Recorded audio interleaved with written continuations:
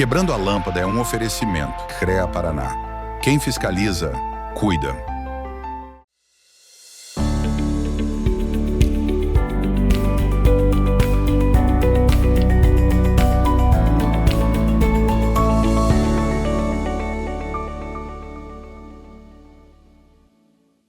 Tudo bem, meus nobres? Começa agora o Quebrando a Lâmpada, o programa que fala sobre inovação e case de sucesso para quem quer pensar fora da caixa e transformar ideias em realidade.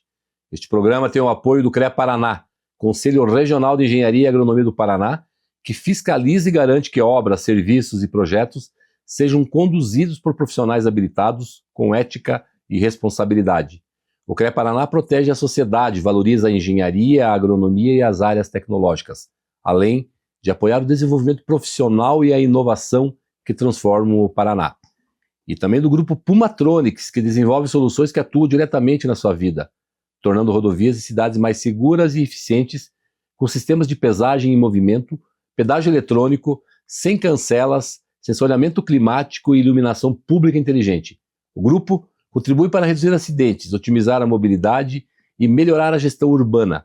É tecnologia aplicada à infraestrutura, gerando mais segurança, eficiência e qualidade de vida para a população. E eu sou Gilles Balbinotti e já peço para você nos seguir em nossas redes sociais, no Instagram, acompanhar e se inscrever no nosso canal YouTube, Spotify e não perder nenhum conteúdo exclusivo do programa. Por isso, as palavras que definem o episódio de hoje são infraestrutura e responsabilidade técnica. Estamos recebendo Larissa Vieira, engenheira civil, professora e servidora do DER, com uma trajetória marcada pela atuação em grandes obras na área de infraestrutura viária, formada em engenharia civil pela UniOeste e mestre em geotecnia pela USP. Larissa também é especialista em engenharia e gestão ambiental, além de projetos e obras públicas, professora de pós-graduação nas áreas de infraestrutura e geotecnia. Atua no DR desde 2014 e hoje ocupa o cargo de coordenadora de pesquisa e desenvolvimento, além de ser fiscal do contrato da obra da Ponte de Guaratuba. Sua trajetória une conhecimento técnico, gestão pública e o desafio de garantir segurança e qualidade em obras que impactam diretamente a vida da população. Seja muito bem-vinda, Larissa Vieira, uma alegria receber você aqui, uma colega engenheira, e para falar da tua jornada, das tuas ações concretas. Eu já vi que vamos ter que destinar um bloco somente para a ponte, essa grande entrega depois de 40 ou 50 anos, e que conecta mais do que, né, dois municípios ou duas áreas, conecta sonhos, conecta gastronomia, conecta economia, conecta o Paraná ao mundo, né? Então, obrigado por estar aqui conosco. Certamente você quebrou muitas lâmpadas e tem muito projeto legal para nos contar. Seja bem-vinda. Obrigada, Gilles. Agradeço o convite para participar aqui do programa.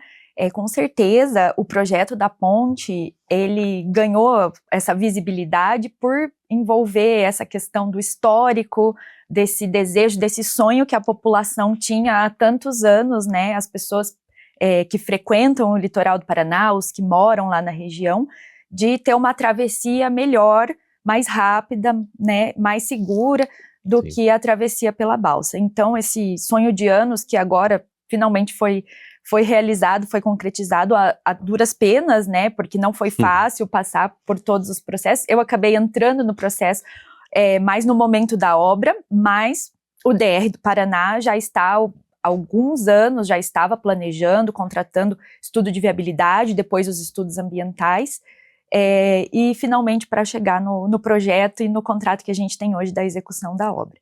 Então, para mim é uma realização profissional muito grande, poder ter participado, está participando ainda do projeto, que a gente ainda está, né, finalizando a obra, e um significado muito importante, né, para a população e melhorar a qualidade de vida deles, que é o grande objetivo, acho que, da gente quando trabalha com infraestrutura e também como servidora pública. Com certeza, foi mais de uma lâmpada muito grande que foi quebrada com a entrega dessa obra. Eu vou te propor a gente fazer um bloco exclusivamente sobre esse projeto, a tua participação e algum bastidor que você possa trazer também. A gente inicia aqui um pouco diferente, né? A gente quebra a lâmpada no programa Quebrando a Lâmpada, então a gente muda um pouquinho esse padrão e de imediato saber, né? Você que é do oeste, né? Do Paraná, falar da infância, a gente fala, entrar no nosso foguete, nós temos um foguete aqui, Quebrando a Lâmpada, e em cada entrevista a gente volta no passado para saber como é que foi a tua infância, o estímulo, a inspiração para fazer engenharia, o ambiente, as referências, essa virada de chave, porque lá na infância ela tem uma conexão direta, certamente, com a Larissa de hoje, né? Com certeza.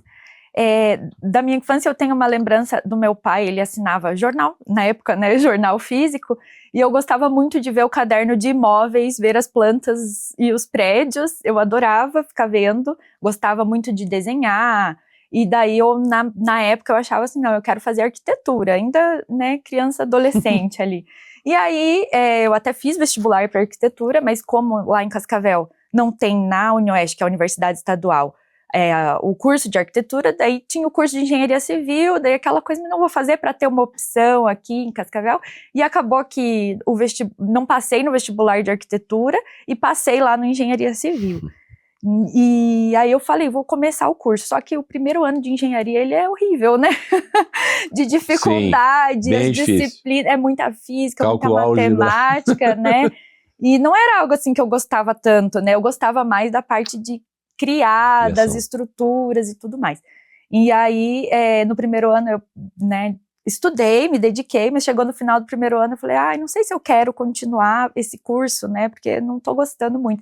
E aí meu pai falou assim, não, você foi aprovada em todas as disciplinas, que é uma coisa difícil no primeiro ano da engenharia, e aí ele falou, tenta continuar mais um ano, para você ver se não aparece algo que você gosta. E aí eu tentei, eu fiquei mais um ano, aí no segundo ano começa a ter disciplinas, né, de geologia. Para visualizar mais a atividade, né? Eu comecei também a fazer iniciação científica, e daí comecei a ter contato, né, com estudos lá, e um centro de estudos que tem lá na Itaipu, que é do PTI, né, do Parque Tecnológico de Inovação.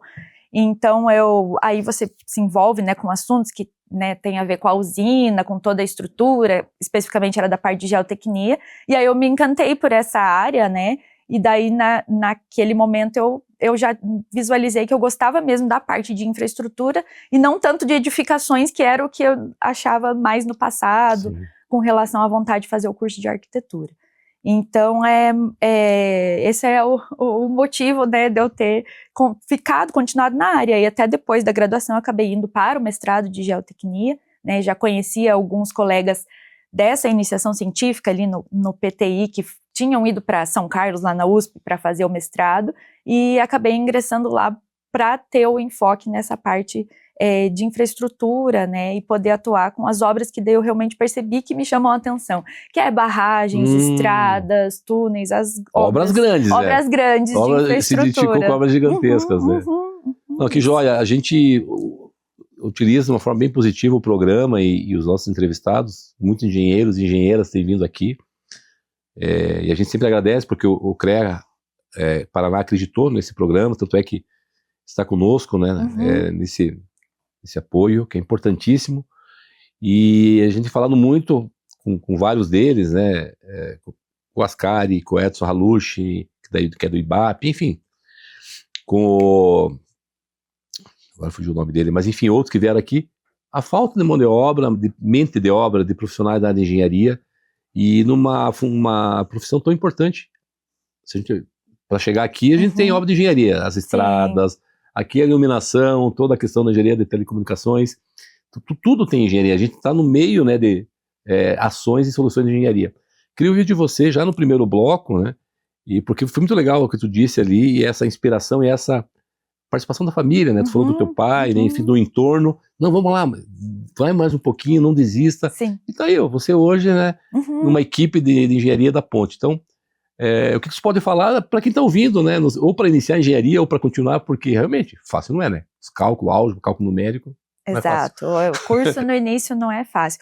Eu vejo que acho que alguns cursos estão adotando outras metodologias, né? Os cursos de graduação, para tentar tirar um pouco essa dificuldade. São muitas disciplinas e difíceis, né, e tem muito trabalho, muito cálculo, mas é necessário para a gente ter essa base teórica para poder atuar depois, e a engenharia ela é muito ampla, né, a engenharia, por exemplo, a engenharia civil que eu fiz, né, no seu caso, que é a elétrica também deve ter vários universos dentro, né.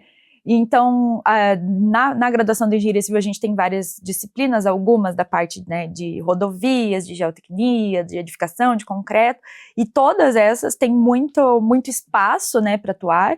Particularmente, eu vejo que a área de infraestrutura está bem aquecida, né, aqui no Paraná, em função do governo, né, e as novas concessões que a gente tem das rodovias. Então, tem muita demanda por profissionais, principalmente, né, os mais especializados, mas como o mercado está tão aquecido que está absorvendo profissionais que não são tão especializados também para aprender. Então, tem muitas oportunidades, e eu acho que o que mais motiva, que eu vejo que os meus colegas também sentem isso, de atuar na engenharia e na área pública e com infraestrutura, é o legado que você deixa com as obras para a população, né? É muito gratificante você fazer essas melhorias, né? Então, às vezes pavimentar rodovias, né? Dar acesso para comunidades que têm essa questão mais difícil, né? De locomoção. Então, isso com certeza eu acho que tem que ser o motivador principal. Que bacana. Tu já atravessou a ponte fez a travessia pela ponte já? Sim, Deve ser, como que foi? Quer dizer, passando a ponte, que era uma demanda muito antiga, importante, necessária, e de um projeto que você participou. Qual que foi o sentimento? Eu costumo dizer comentei com alguns colegas, né, que ao longo desses 2 anos foi tudo muito intenso, a gente teve vários momentos, assim, importantes ao longo da obra, que a gente comemora, fica muito contente, mas eu acho que um dos momentos mais importantes foi um dia que eu cheguei lá, tinha fila no ferry, e a ponte já estava transitável, nossa, né? As duas imagens, e né? Por carros da obra. Então, como eu estava com o veículo que podia transitar na obra, eu cheguei lá e falei, tinha horário para chegar lá em Guaratuba, né? E aí eu falei, não, eu acho que eu vou ir pela ponte para, né? Já que carro de obra podia. E assim, o tempo foi nossa, muito fantástica menor. Essa experiência, Larissa. Foi tipo o dia que eu acho que caiu a ficha de tudo, e você olhando, sabe? A balsa lá atrás. Isso. Né? A fila, daí todo mundo naquela fila, a fila tava grande, aquele dia que tava meio chovendo, deu, não, acho que eu vou ir pela obra, e foi muito rápido, e foi, eu acho que um dos momentos mais marcantes, assim, do resultado de todo o trabalho. Não, muito bacana, muito legal o teu depoimento. A gente tá finalizando o primeiro bloco, iniciar o segundo aí falando de outras entregas concretas, projetos que você possa nos contar, tá bom? Beleza. Não sai daí porque a nossa conversa está só começando e tem muito mais no segundo bloco. O Quebrando a Lâmpada volta já.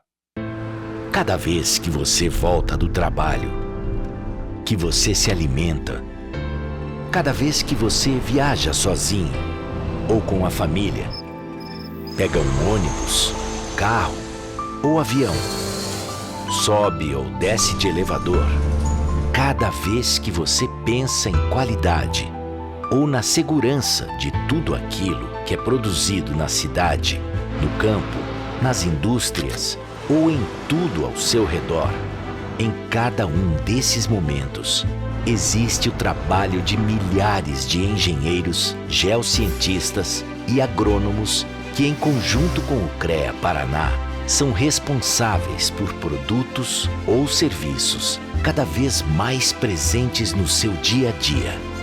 Há 91 anos é assim.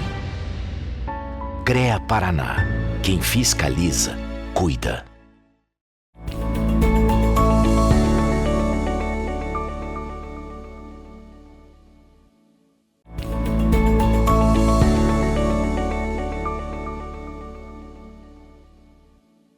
Sejam bem-vindos de volta ao Quebrando a Lâmpada. No episódio de hoje, nossa conversa é com a Larissa Vieira, engenheira civil, professora e servidora do DR, com uma trajetória marcada pela atuação em infraestrutura, geotecnia e grandes obras públicas.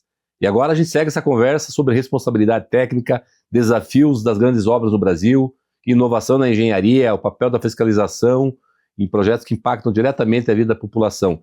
Vários assuntos, obviamente, que a gente vai falando ao longo do bloco, através dos cases que tu possa contar para nós, mas só voltando à tua fala no final do primeiro bloco, que fantástico, né? Ou seja, tu falou, caiu a ficha, que hoje faz ali 1 minuto e meio, nem talvez tu faz a travessia hoje pela ponte. Sim. A balsa, nem vou falar na fila para chegar na balsa, né? Mas só a balsa já dá 20 minutos? 20 minutos, daí tem tempo de espera. Né? Mais tudo isso, né? Então, legal. Legal que agora tem a ponte. E, então, Larissa, engenheira, até antes disso, tá? É uma questão que a gente coloca na mesa, que a gente tem que debater alguns pontos, e eu converso muito quando vem como se chama, as startupeiros e startupeiras, que estão falando de startup, né? Na área de startup, a CEO mulher ainda não é um percentual muito baixo. Eu lembro na turma de engenharia tinha uma mulher, a de engenharia civil tinha mais, tinham 6, mas 6 de 50, né? Como é que está hoje, né? Você tem observado isso, você que é uma engenheira, tal, na tua época também eram bem limitados, porque, enfim, o que de repente, por que destoa muito essa questão da escolha da engenharia, na tua opinião? Bom, eu acho que é muito cultural, né, ficar até o que a gente é ensinado de criança, que o menino, você dá o brinquedo de construir para ele, os blocos, as ferramentas, e as meninas você dá bonecas, né? Geralmente é bonecas, né? Então isso eu acho que tá mudando recentemente, né? Mas quando eu era criança era mais assim, né? Embora eu tenha irmã menina, irmão homem e irmã mulher, né? Eu tenho um irmão mais novo e uma irmã mais velha. Então a gente brincava juntos das coisas, mas culturalmente ainda era muito assim essa divisão. Então, eu acho que os meninos, eles eram, às vezes, ainda são incentivados desde cedo a maiores riscos, a profissões mais de destaque, talvez, né, a ter papéis mais de liderança, enquanto, às vezes, para as meninas isso não é. Mas hoje eu vejo que isso está mudando com relação a... Está quebrando essa lógica, né? Está quebrando essa lógica. Você é um exemplo, né? Mas até com relação às crianças, né? Tá mudando. Com relação à graduação, na minha turma tinha minoria meninas, mas era uma quantidade assim, acho que quando eu entrei eram umas 10 ou 12, de uma turma de 40. Era minoria ainda, mas... Mas já tinha, né, um aumento. Quando eu dei aula na graduação, estava dando aula na graduação, eu percebi que estava mais quase equilibrando, assim. Então tinha meio a meio, acredito que hoje pode, maioria da civil, né? Sim. Engenharia civil... ainda está quase meio a meio, praticamente, mas ainda tem essa questão cultural de assumir lugares no trabalho, que nem você comentou de ser CEO, né? Então, a minha chefe hoje, ela é a diretora técnica, ela é a primeira diretora que o DR tem na sua história. Olha, e o DR, ele tá fazendo 80 anos esse ano, né? Ele foi criado em 1946. Teve muitas engenheiras que atuaram lá, né? Inclusive, tem uma colega, né, Eleonora, que ela se aposentou compulsoriamente em função da idade, e ela conta como que era lá na época que no curso inteiro, acho que de engenharia civil da Federal, tinha ela e mais 2 mulheres, assim, todas as turmas tinham... Que é mais antigamente, e daí no DR também, né, a atuação, que muitas vezes a gente vê que não foi fácil em alguns momentos, porque era majoritariamente engenheiros homens trabalhando, chefes homens que ela tinha, e as mulheres não assumiam chefias. Então, voltando na questão da minha chefe, então ela, como mulher assumindo essa posição, ela busca muito incentivar as outras colegas engenheiras a também, né, assumir. Então, o convite para fiscalizar a obra partiu dela, né? Ela que comprou ela que vendeu, na verdade, essa ideia. Né? Teve que convencer, isso, enfim. Teve até que meio convencer. Viu? Olha só. Daí, tem outras colegas, né, que são engenheiras, que ela convida, né, para ser coordenadora, assumir aí, né? Tanto que lá na diretoria, hoje a gente tem 4 coordenadorias, 3 coordenadoras são mulheres, né? Inclusive uma coordenadoria é a de pesquisa e desenvolvimento, que eu acumulo, né, com a fiscalização do contrato da obra. Então ela sempre busca fazer esse convite, porque ela sabe que capacidade técnica existe ali nas colegas, mas às vezes existe esse receio de você assumir essas posições, né, mais altas, existe um pouco de preconceito ainda, né, não dá para falar que não existe, e também, às vezes, por essa questão cultural que a gente estava comentando, de você não ser incentivado desde criança, igual os meninos são, a gente se sente um pouco assim também, que se sabota, sabe? Não se sente, eu não tenho capacidade técnica. Autossabotagem, né? Então, isso é muito comum, eu converso sobre isso com colegas mulheres, né? E isso é muito comum, esse sentimento nas mulheres de que a gente acha que não é tão boa, não é boa o suficiente, mas na verdade é sim. e precisa ter coragem para assumir e mostrar essa capacidade. Não, tu traz, Larissa, obrigado, tu traz uma reflexão bem importante dessa perspectiva da questão, né, da quantidade, né, de engenheiras, enfim, nos cursos de graduação, nos cargos de liderança, questão cultural muito forte. Mas tu traz um alerta bem importante, né, lá na infância, eu até ia perguntar antes do primeiro bloco, os blocos, né, que vinham os bloquinhos para montar as casinhas, bloquinho, né, e enfim, e o ambiente, né, então fica uma mensagem clara aqui para vocês pais, muitas famílias acompanham o programa, e a inspiração começa lá na família, né, então essa inspiração, olha, mostre os caminhos, você vai ser médica, engenheira, mas mostre, né, tá mudando, conforme tu falou, mas talvez a gente precisa reforçar ainda mais isso, né, porque tem tanta oportunidade e não tem jeito, né, isso é questão também histórica, né, a mulher tem um jeito de trabalhar, o homem tem outro, ou seja, e o somatório de ambos que é importante, né, certamente tu trabalhou com vários engenheiros também, homens lá na ponte, certeza, então traz um alerta bem importante. A gente costuma falar aqui que esse ambiente favorável lá na infância, com a família, com o entorno, os professores lá do ensino fundamental, é importante eles mostrarem os caminhos. Não que nem era antigamente, né? Carrinho para o lado, você carrinho, né? Segrega, né? Então, bem importante ter o alerta. E vou te propor também, te passando já a palavra de novo, vamos falar da ponte no próximo bloco, daí eu quero ouvir bastante, né? Certamente a nossa audiência também, já que é esse ícone, né, da construção civil do Brasil, né? É a terceira maior, né? Em cima de mar, né? Uma coisa assim, daí eu queria ouvir de você. Projetos, então, anteriores, tu possa falar pra gente que se liderou aí na tua vida profissional, por favor, algum case. Bom, eu entrei após a graduação, eu fui fazer mestrado, né? Eu fiquei 1 ano lá com dedicação exclusiva, né? Então eu não trabalhava com outra coisa, daí eu fui chamada no concurso que eu havia prestado, e era um concurso que daí você poderia escolher trabalhar no estado ou no DR ou na Paraná Edificações, que agora acabou sendo absorvida lá pela CECID, né, mudou o nome, pela Secretaria da Cidade. Certo. E aí, meu primeiro emprego foi no DR, eu entrei no DR com 23 anos, né, muito nova. Primeira experiência, né? Muito nova, então foi minha primeira experiência.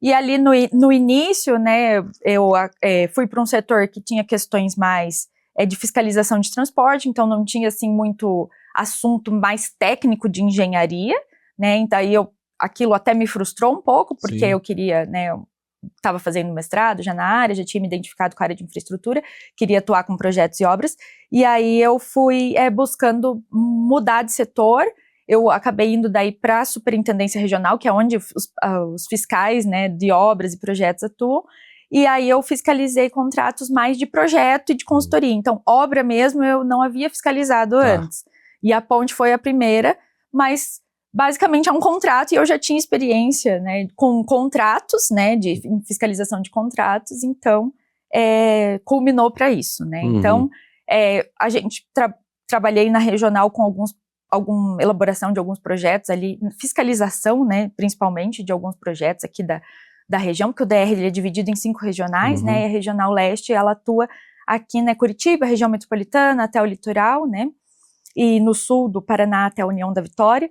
Então a gente atuou era muita análise de projeto, né, conversar com as projetistas, para principalmente, né, a parte de concepção, né, aquilo que era a demanda da população, conversar com as prefeituras, né, porque as rodovias, né, também envolvem o município, e aí eu tinha, né, equipe de especialistas que olhavam as pranchas do projeto, mas a fiscalização tinha que sempre estar junto, assim, na parte de concepção, de controle do contrato, cronograma, todas essas questões. Você acabava fazendo toda a governança do projeto, né? Olhando todos esses olhares, um papel super importante, essa questão da concepção, da fiscalização. Isso, porque embora a gente tenha, né, equipes terceirizadas nos apoiando na parte técnica, o próprio DR contrata uma projetista que é terceirizada para fazer o serviço, é importante que o servidor tenha ali o seu papel de participar, né, principalmente por essas questões de envolver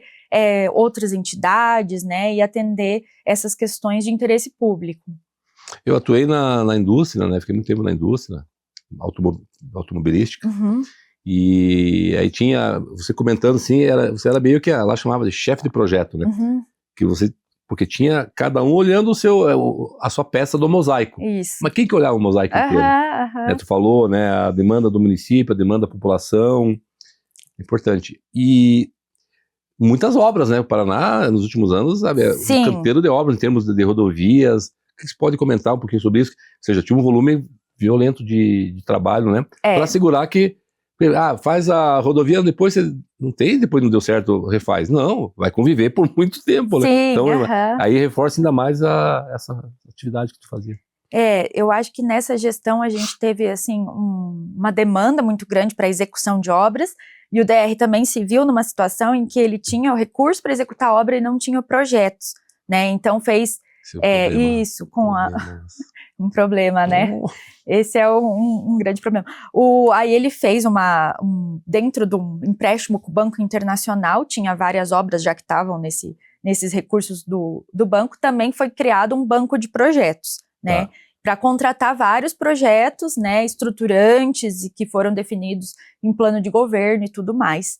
E aí contrataram vários projetos simultâneos, só que aí a gente se deparou com alguns problemas, que era, por exemplo, às vezes a mesma empresa pegou vários contratos e não tinha profissionais, não conseguia atender isso. Outro problema, ganhou a licitação, tudo, mas na hora de executar... Às vezes empresas qualificadas, né, mas acabavam não dando conta de atender toda a demanda. E aí a gente teve muito problema de atraso, de contrato, né, e aí essa questão dos projetos acabou ficando um gargalo, porque daí, como eu disse, tinha o recurso e não tinha um projeto. E aí, com o DR começou a estudar e fazer as contratações por meio da lei, antes que era o regime diferenciado de contratação, que fazia a contratação integrada, né, podia contratar o projeto e a obra juntos para tentar otimizar e agilizar essa etapa que estava sendo o gargalo, que era a elaboração do projeto. E aí, com a nova lei de licitações, que é nova, mas já está fazendo 5 anos, sim, é né? nova, 1433. Incorporou a contratação integrada, e o DR tem trabalhado muito com contratação integrada para tentar otimizar. Bacana. Então, a maioria das obras que a gente tem sendo executadas aí da época da nova lei para cá, e até um pouco antes, são integradas para... Bacana, importante. A gente está finalizando o bloco e vamos iniciar o terceiro bloco, pode ser? Pode. Falando do projeto da ponte. Tá bom. Ponte Guaratuba, né? Vai ficar a Ponte Vitória, né? Mas enfim, depois tu conta pra gente isso. Já a gente volta com mais insights e histórias inspiradoras que podem acender muitas luzes na sua cabeça. Fica por aí, o Quebrando a Lâmpada volta já.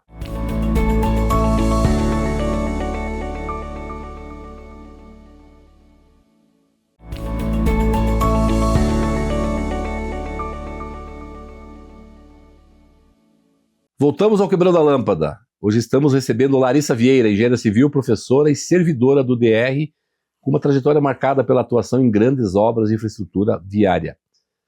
Vamos continuar a nossa conversa, então, sobre esses desafios, né, da engenharia no Brasil, no Paraná, toda essa questão da fiscalização. E vamos falar do case da ponte, então. Te passo a palavra já, porque é uma visibilidade internacional até. Sim. Então, o que você puder trazer dos bastidores, da linha do tempo, do projeto, dos números, por favor. Tá bom. Que bom, parabéns por ter participado de uma obra tão, fantástica como essa. Obrigada. Eu acho que eu até tinha comentado, né, que o DR começou lá atrás com contratação de um estudo de viabilidade, né, um EVTEA, que analisou ali 5 ou 6 traçados para a ponte e partiu para a segunda etapa, que eram os estudos. Isso deve ter sido lá em 2018, né? Em 2019, 2020, ali contratou o EIA-RIMA, junto com os estudos de engenharia para a gente ter o anteprojeto, né? Porque a contratação integrada que foi feita, né, que iniciou lá em 2022 o contrato, ela se baseia num anteprojeto, e aí a empresa ela é contratada para elaborar os projetos básico executivo e executar a obra, né? Então, a nova lei de licitações, ela também permite que a questão do licenciamento ambiental seja feita no âmbito do contrato. Então, lá em dezembro de 2022, iniciou o contrato, e a primeira etapa era obter a licença prévia, né? Porque temos um licenciamento trifásico ali, devido ao porte do empreendimento, a localização, está dentro de uma área de proteção estadual, próximo a um parque nacional, né? Tem um parque de conservação. Sim. Que isso, então, também, né? Todos esses fatores. levaram a essa necessidade do licenciamento trifásico. Tivemos a licença prévia, né? E aí, a partir da licença prévia, você começa a elaborar os projetos e daí, a partir da licença de instalação, você começa a executar a obra. E a licença de instalação, ela saiu no dia 30 de abril de 2024, e a partir daí, então, a gente tinha os 24 meses, um prazo muito desafiador. Desafiador, né? Eu acho que esse é um dos grandes diferenciais dessa obra, que foi o prazo muito curto para o porte da obra, uma ponte estaiada, fundação em mar, né? Então, esse prazo teve essa questão, né, das dificuldades do prazo. E aí, a gente teve, então, no decorrer ali do contrato, né, na contratação integrada, a gente também começou a executar a obra, ainda tem projetos, né, sendo elaborados, porque você vai fazendo os projetos e executando à medida do avanço da obra, né? Então, isso otimiza muito o prazo, né? Porque não precisa ter todo o projeto pronto para depois começar a executar. Vai em simultâneo. Isso, paralelo. vai simultâneo, né? Então, assim, destacar ali talvez alguns principais desafios da obra, né? Que foi, além da questão ambiental, que o DR chegou até a licença prévia suspendida lá no processo, depois conseguiu recuperar.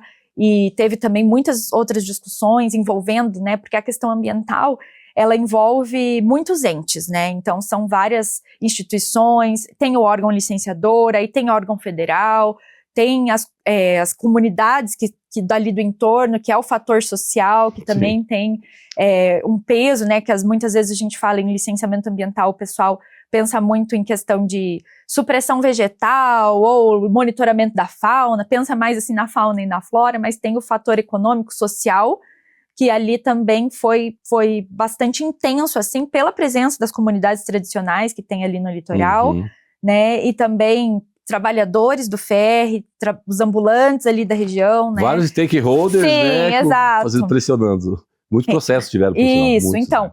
Aí, o licenciamento da obra, ele estabeleceu a realização de 26 programas ambientais, e esses programas ainda tem subprogramas, que é para contemplar todas essas medidas para toda a questão da fauna e da flora, né? Então, tem monitoramento da fauna marinha,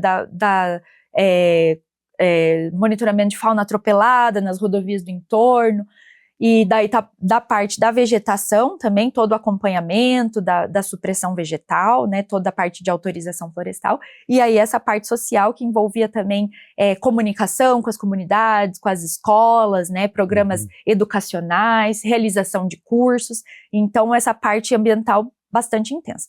E aí desafios de execução da obra, a gente teve ali a parte de fundações, que assim, pela característica do local, a característica geotécnica do leito da Bahia, e por ser em mar, ter as marés, né, tinha o trabalho de você ter ali a balsa estabilizada para poder ser feita a cravação lá das estacas olha que interessante isso. Para evitar, isso, né, das camisas, na verdade, que é aquele, quando você vai lá na obra hoje, ela tem como parece uma estaca metálica, mas é só uma camisa metálica, e dentro ela é de concreto armado, né? Então teve essa dificuldade na realização de fundações, e eu também costumo compartilhar com os colegas, que é engraçado porque comecei a frequentar a obra, ia lá toda semana, você passava semanas e meses ali, e tudo que você via era só a cabeça ali da camisa aparecendo, parecia que não estava saindo do lugar, e muita demora nas fundações, aí de repente quando começou ali a parte estaiada, ali a parte central da ponte,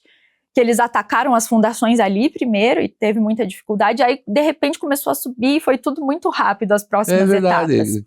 Deu uma agilidade assim que eu acho que teve, porque daí a ponte ela é dividida no trecho pré-moldado, né, que as vigas foram concretadas no canteiro e lançadas na estrutura, e a parte estaiada. Então, como a parte estaiada era mais complexa em questão de armação, proteção, eles atacaram lá antes, mas simultâneo já tinha que fazer o pré-moldado, e aí vai lançando, vai colocando, né, as pré-lajes, concretas lajes, e daí quando a gente, né, se dá conta, a gente já dá para andar um pouco aqui em cima da ponte, meio em cima da laje ali, mas... e daí a parte estaiada, né, teve né, uma questão bem também desafiadora que foi... Quando estava executando, teve uma questão da linha de de transmissão da Copel, que é uma linha de alta tensão que passa ali em cima, que inicialmente os estudos não tinham identificado interferência, mas depois, com o aprofundamento dos estudos específicos de ventos ali da região, né, foi feito um levantamento com drone e LiDAR para ter a posição exata da rede, verificou-se que teria que fazer o remanejamento dessa rede. E aí, a solução que foi dada, ali é um vão de praticamente entre as torres de 1 quilômetro, né?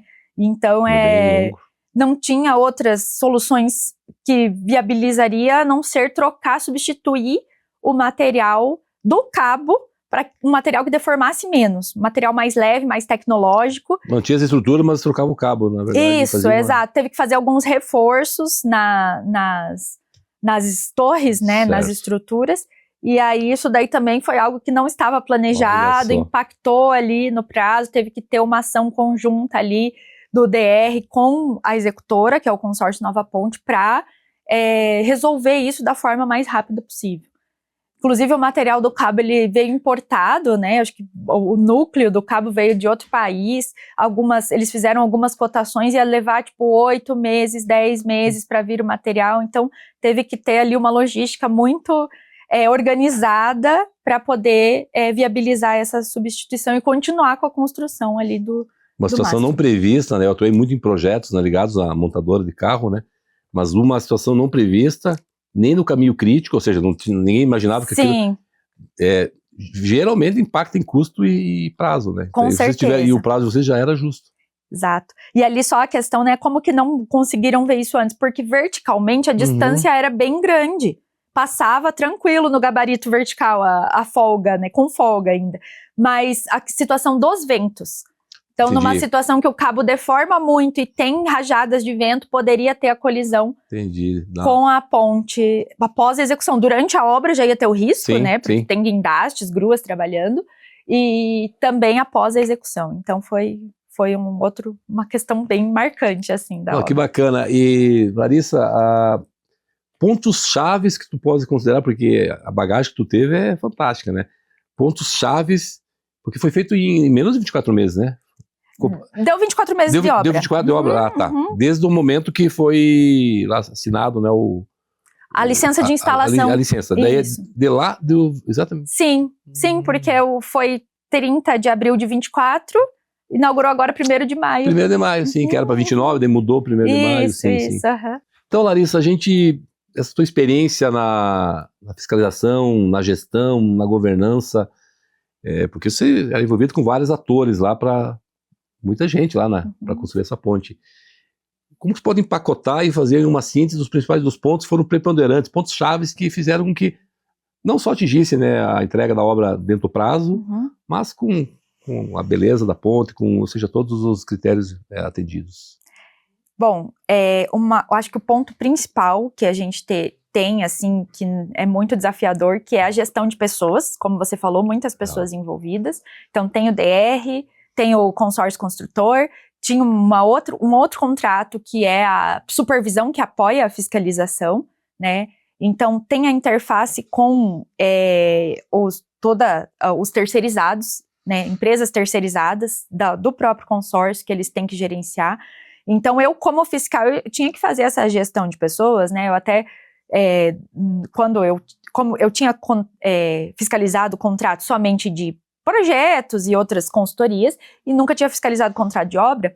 Então, quando a minha chefe me convidou para assumir essa fiscalização, eu pensei, bom, acenderam várias luzes vermelhas e eu nunca fiscalizei obra, eu não entendo de ponte estaiada, né? Ela até falou, não, mas você entende de geotecnia, vai ter a parte das fundações, e realmente teve muitos aspectos geotécnicos na obra, as contenções dos acessos, mas eu fiquei muito preocupada pela questão técnica, quando, na verdade, depois eu percebi que a questão técnica é uma parte só, né, é uma parte muito importante, claro, mas tem partes que acabam, às vezes, sendo até mais importantes, que é a gestão das pessoas envolvidas, comunicação, né, com essas pessoas, e boa relação, você tentar ter sempre boa relação com o contratado, porque às vezes existe aquela, né, na área pública existe assim, o empreiteiro e a fiscalização são inimigos, né? Então tem essa pecha, quer, né? isso, um quer prejudicar o outro. Não, a gente, né, tentou sempre ter uma boa relação,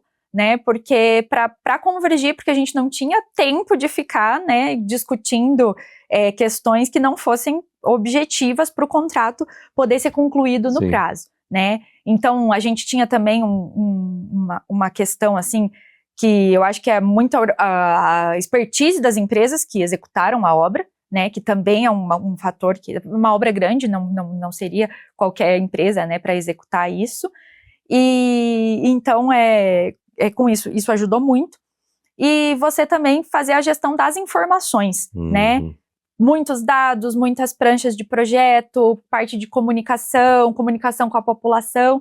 Então, esse também é um ponto que eu acho, não só, né, a gestão das pessoas, mas das informações. Mas que legal, cuidar das pessoas para as pessoas cuidar do trabalho, isso, né? E de uma forma tranquila. Bom, a gente está finalizando mais um bloco, queria ouvir essa questão da gestão dos dados importantes, utilização de tecnologia, IA, que vocês utilizaram no projeto, tá bom? Tá bom. Fica por aí para o nosso próximo e último bloco, Quebrando a Lâmpada, volta já. O Grupo Pumatronics transforma a tecnologia em segurança, fluidez e inteligência nas cidades e estradas do Brasil. Da nossa fábrica saem soluções que impulsionam cidades. Estamos nas estradas que conectam o país, nas cidades que crescem, nas redes que sustentam a inovação. Grupo Pumatronics, tecnologia que move o futuro.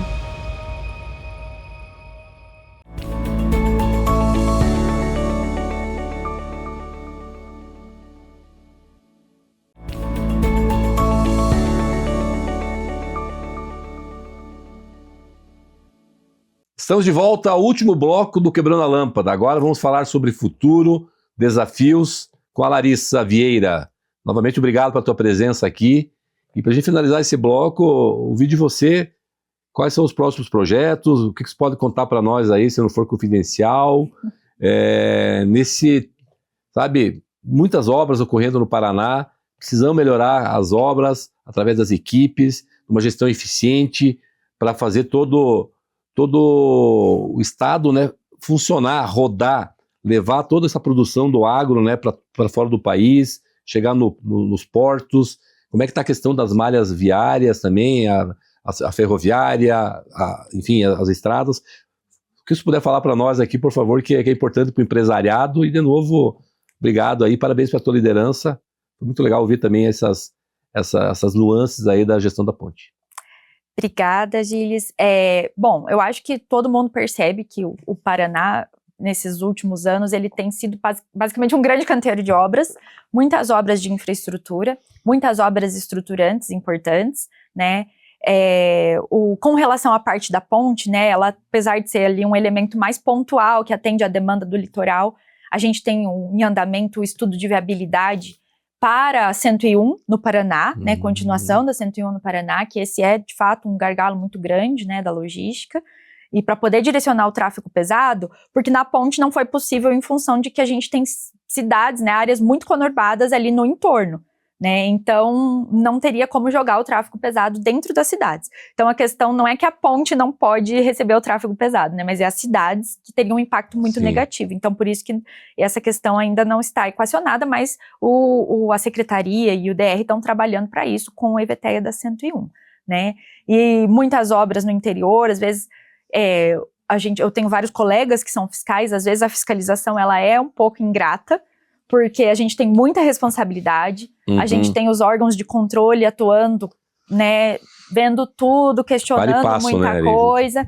Então, da minha parte, assim, eu acho que eu não sei se eu vou fiscalizar outras obras, né, não descarto a possibilidade, mas essa foi uma experiência bastante intensa, e eu ainda vou continuar na Coordenadoria de Pesquisa e Desenvolvimento, que é onde eu atuo hoje, que é um setor lá do DR, que a gente tem a parte de inovação tecnológica, mas o nosso principal é a implantação do BIM, né, para projetos, e isso a gente tornou-se uma exigência com o decreto que regulamenta a nova lei de licitações aqui no Paraná, tornou-se uma exigência, né, então para as obras e projetos de engenharia contratados pelos órgãos públicos têm que utilizar a Vai metodologia tá lá no TR, tá no dentro TR, isso, a gente colocou no termo de referência, a gente tem caderno com as diretrizes para as empresas, então eu tenho uma equipe que me apoia lá, uma equipe que gosta muito de pesquisar, e a gente também está acompanhando todos esses contratos, né, na parte de projeto, para que a gente consiga evoluir também na parte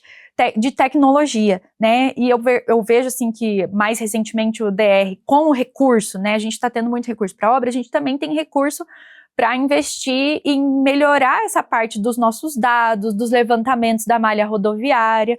Hoje o Paraná ele tem uma malha rodoviária que está com uma qualidade boa, né, a avaliação que se tem é de qualidade, avaliação técnica, né, de parâmetros de uma boa qualidade, né, algumas rodovias, né, a gente usa lá uma classificação do péssimo, ruim, regular, Sim. Então a maioria está como bom e ótimo. Tá bom. E as que estavam em situação mais grave, teve intervenção de obra mesmo, né, restauração, utilizando white topping, o DR está trabalhando com muita licitação de pavimento rígido, que é o pavimento de concreto. Muito bom. E isso teve incentivos fiscais para isso também, né, de imposto sendo abatido para utilizar isso, um incentivo também da indústria, né, então essa preferência, às vezes, pelos pavimentos rígidos, se dá em função de que a manutenção demora, você demora mais tempo para você precisar fazer manutenção, Sim. né? Então, tem o ponto de vista ali da análise econômica do pavimento, então muitas vezes ele se torna mais viável, né? E ele está com um preço bem competitivo. Então, é uma melhoria, assim, apesar, né, de eu ter comentado, a qualidade está boa, mas tem as obras para estar sempre melhorando, não deixar chegar. E a cultura da manutenção preventiva, né, é algo que a gente, no Brasil, precisa melhorar muito, em todos os setores, né. Tu vai para a Europa, enfim, Estados Unidos, tu vê a rodovia boa lá, mas as obras, as igrejas, eles estão sempre... Manutenção, né? Exato, manutenção. Sai mais barato, né? A gente tem infelizmente, esse costume de esperar dar o problema para depois agir. Mas também tivemos umas mudanças no DR com relação a isso, com relação à questão, por exemplo, da Estrada da Graciosa, que nos últimos anos, com as mudanças climáticas e começou a ter muitas chuvas intensas com mais frequência, ocorre muito evento, deslizamento, né? E aí isso deixou o tráfego lá bloqueado, apesar de ser uma estrada turística, ela é utilizada pelos moradores ali da região. Então o DR, nesse sentido, ele fez um contrato de identificação de pontos críticos para fazer o projeto antes de ter o projeto lá e já atuar antes de ter a ruptura, né, dos taludes. E também está com um convênio que faz um monitoramento de alguns pontos lá para identificar, né, se tiver movimentações, já atuar de forma preventiva. Tem muita, né, Larissa, tem muita tecnologia, muito case, tem muita startup. Eu estive na Secretaria de Inovação, comentei contigo, como diretor de inovação, secretário também em Pato Branco, e eu olhava muito esse tema. Tem muita tecnologia para avisar antes que tenha o deslizamento, enfim, seja com drone, conexão satélite, 12 mil satélites no espaço, então nós temos muita, enfim, muito recurso, claro. Com certeza. Tudo tem o seu custo, obviamente. Eu comentei da Ferroeste, né, do meu amigo André Gonçalves lá, mas aí tem alguma conexão ou não? Porque eu falei, a Ferrovia é com eles mesmo, né? Isso, a Ferroeste, ela está também sobre o guarda-chuva da CEIU, que é a Secretaria de Infraestrutura e Logística, que hoje está o DR, que é das estradas, a Ferroeste e os portos, né? Então tá todo ali no guarda-chuva da Secretaria. Legal, e eu até trouxe aqui o Pinhãozinho conectado, né? Eu liderei o projeto de conectividade rural. Como é que está essa questão? Aí tem o símbolo do Wi-Fi do Pinhão aqui. Pinhão que representa o Paraná, né? Como é que está nos projetos? Estão levando em conta já também, lá nos pré-projetos, nos estudos técnicos, a questão, porque a internet é tudo hoje, né? Enfim, para a questão da mobilidade também, como é que está isso? Eu vejo que isso está mais avançado nas concessionárias, né? Então, a concessão, ela tem essa parte, né, como ela tem os recursos e a legislação dela é diferente da nossa, às vezes a gente tem um pouco de amarras e demora um pouco mais para chegar as tecnologias na gestão pública. Mas eu vejo que isso está avançando nas concessionárias e que é só uma questão de tempo até chegar para o DR, para o órgão público. A gente tem aqui no Paraná, as rodovias de maior volume de tráfego, elas são concessionadas, né, inevitavelmente, é viável, né, concessioná-las. Hoje está a NTT, né, que fiscaliza essa concessão, já foi o DR, então o DR também tem essa experiência, essa bagagem, né, de ter trabalhado com as concessões até a última concessão. Então, eu acho que é uma questão só de tempo até a gente ter essa conectividade necessária E é importante, rodovias. né? A gente não precisa também nos autoflagelarmos. Eu tive recentemente nos países nórdicos, Noruega, lá também, tem algum lugar que tu não consegue sinal. Mas aqui o Paraná ganhou, tô falando desse assunto porque para mim tem muita conexão com isso, ganhou um prêmio do Espírito Público, o estado mais conectado, que mais avançou a conectividade na área rural. Que legal. A partir desse projeto que a gente coordenou lá. Então, eu pergunto mais nesse sentido, não dá pra gente descer, tu falou da Serra da Graciosa, e perder o sinal, não dá pra ir daqui a Ponta Grossa e ali perder o sinal. Então, eu vejo que a gente tem que já, quiçá, lá no TR, aqui uma reflexão, tá? Colocar lá, quem vai ganhar aqui a concessão, vai fazer, cara, já considera fibra enterra a fibra, já deixa a fibra predisposta lá, resolve o problema. Então, só um ponto que eu sigo muito e bem pertinente, eu coloco para você também, enfim, tomar em conta, né, já que você é uma formador de opinião dentro da instituição. Próximos desafios, próximos projetos, nesse bojo, como vocês trabalharam, seja na ponta, especialmente a questão de inteligência artificial, porque imagina quanta informação de dados que chegaram, né? Sim. Você tinha lá um Power BI, um Dash, reuniões de agenda todo dia, reunião, vem cá, os líderes de cada setor, ó, aqui tá atrasado, aqui tem que melhorar. Como é que fizeram organizar essa inteligência de dados? Então, nesse caso, o BIM foi uma ferramenta muito importante. Verdade. Porque a projetista que foi contratada pelo consórcio, ela trabalhava já com a metodologia, e aí tem outros projetistas envolvidos, né? O da ponte, da parte da estrutura, é uma empresa projetista, dos acessos é outra empresa. Então, a empresa dos acessos que compatibilizava tudo, né? Porque o BIM traz essas facilidades de você ter ali a federação das disciplinas, verificar essas interferências. E aí a gente tem um modelo com um nível de detalhamento que eles colocaram, por exemplo, assim, a tubulação que passa os fios para a iluminação cênica da ponte. Tava tudo lá, entendeu? Então, a tecnologia do BIM permitiu essa verificação, essa integração de todos os players envolvidos lá. E para o DR receber isso também facilitou para a questão de visualização, né, para identificação, até para acompanhamento da obra, a gente utilizava muito o modelo que carrega essas informações. E aí, claro, né, a gente tem, como são vários atores, cada um às vezes gerencia de uma forma, com as suas ferramentas, mas seria, né, eu acho que a gente tem que pensar sempre em estar melhorando e tentar criar ambientes únicos de integração, onde todos possam participar e pôr as coisas, os documentos, os dados ali. Colaborativos. Isso, o BIM tem esse conceito quando fala em ambiente comum, né, de dados, que a sigla em inglês é CDE, né, ou ACD em português, e só que a gente acabava usando múltiplos ambientes. A empresa tinha o dela, aí quando ela ia compatibilizar com outra empresa era outro, né, a gente tem um para receber. O ideal é que fosse todo mundo num único ambiente, acho que seria né, o futuro, provavelmente. Eram ilhas, né? Até a linguagem diferente, a codificação. Então tá.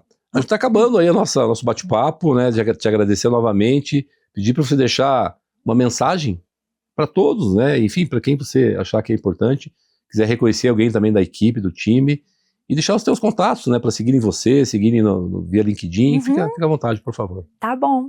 Bom, então a mensagem que eu tenho é que sou muito grata como cidadã e como servidora de ter participado desse projeto. Eu espero que a minha trajetória como fiscal e mulher na engenharia seja inspiração para outras mulheres que, né, em suas carreiras, para ingressar na engenharia civil, para outros jovens também ingressarem. Que a infraestrutura, como eu disse, é muito gratificante trabalhar, porque você traz um benefício direto para a população, a gente deixa um legado. E agradecer também a todos que estiveram comigo nesses 2 anos que eu atuei no contrato, né, o pessoal da equipe da supervisão, uma equipe maravilhosa que sempre atuou comigo, a equipe do DR, que também se dedicou muito, né, a minha chefe, o pessoal que trabalha ali nos setores da diretoria técnica, todos, a gente fez um esforço conjunto para poder fazer essa obra acontecer. Então, eu sou muito grata a todos por essa parceria nessa batalha que a gente venceu agora, que é entregar a obra pronta. Legal. Parabéns pelo teu Obrigada, trabalho, pela tua liderança, pela tua jornada. Quando tiver novidades, nos avise, chame o Quebrando a Lâmpada. Já agora ficou claro, né, esse conceito, e vocês quebraram a lâmpada com a ponte, com o trabalho de vocês. E um abraço lá pro Furiati, para toda a turma. Eu conheço vários ali da CIU, né? E... Tá convidado para ir lá, nos visitar, tá bom, tomar um café. Vamos lá tomar um café então, vamos lá e já visito o André Gonçalves também. E está no mesmo prédio. Está no mesmo prédio, né? Todo o time. Tá bom? Parabéns pela tua jornada. Obrigada. E eu queria, antes da gente encerrar aqui, 2 pontos bem rapidamente. De novo, olha só que legal, né, Larissa? Esse cenário aqui do nosso estúdio. E aqui agradecer a Unoviale, ao Lima e a todo o time. Fantástico. Já é a nossa versão 3 do nosso cenário. E fiquei sabendo que vão ter mais novidades na sequência. O programa está ficando grande em todos os sentidos, né? No valor agregado de cada entrevista, como foi hoje contigo.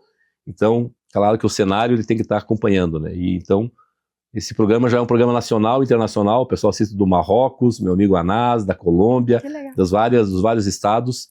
A gente tem feito entrevistas com pessoas também do Brasil todo. Então, muito legal mesmo o cenário, cada vez mais bonito. Agradecer ao nosso time da Reibe e agradecer a você que acompanhou mais um episódio do Quebrando a Lâmpada, né? E agradecer de novo a Larissa Vieira e a você que nos acompanhou até aqui. Eu estava esquecendo, falei para ele que eu ia falar desse livro, Relações Trabalhistas, foi muito de gestão de pessoas aqui hoje. É um livro fantástico, gerando valor para o negócio. Tem vários autores com vários temas que tem a ver com gestão de pessoas. Eu queria agradecer ao Ademir Talochiski de Sales, um amigo meu, trabalhou comigo na indústria, mente brilhante, né? O pai da Ana e do Pedro. Ademir, obrigado, esse livro ele deixou para mim na última semana. Então, Relações Trabalhistas, os desafios do gestor. Porque o gestor tem que conhecer de pessoas, tem que conhecer das leis também, né? Então, obrigado a você que acompanhou até aqui, obrigado ao CREA, né, o Conselho Regional de Engenharia e Agronomia do Paraná, e ao Grupo Pumatrones, que desenvolve soluções que atuam diretamente na sua vida, tornando rodovias e cidades mais seguras e eficientes. Não deixe de nos seguir nas redes sociais, acompanhar e se inscrever no nosso canal no YouTube. Já está quase 1.200 inscritos, vamos aumentar ainda mais. O desafio é grande para a gente levar essa mensagem para todo o Brasil via essa plataforma, via a Rede TV. Muito, muito obrigado, até o próximo episódio e continue pensando fora da caixa. Quebre lâmpadas, inove e resolva problemas. Tchau!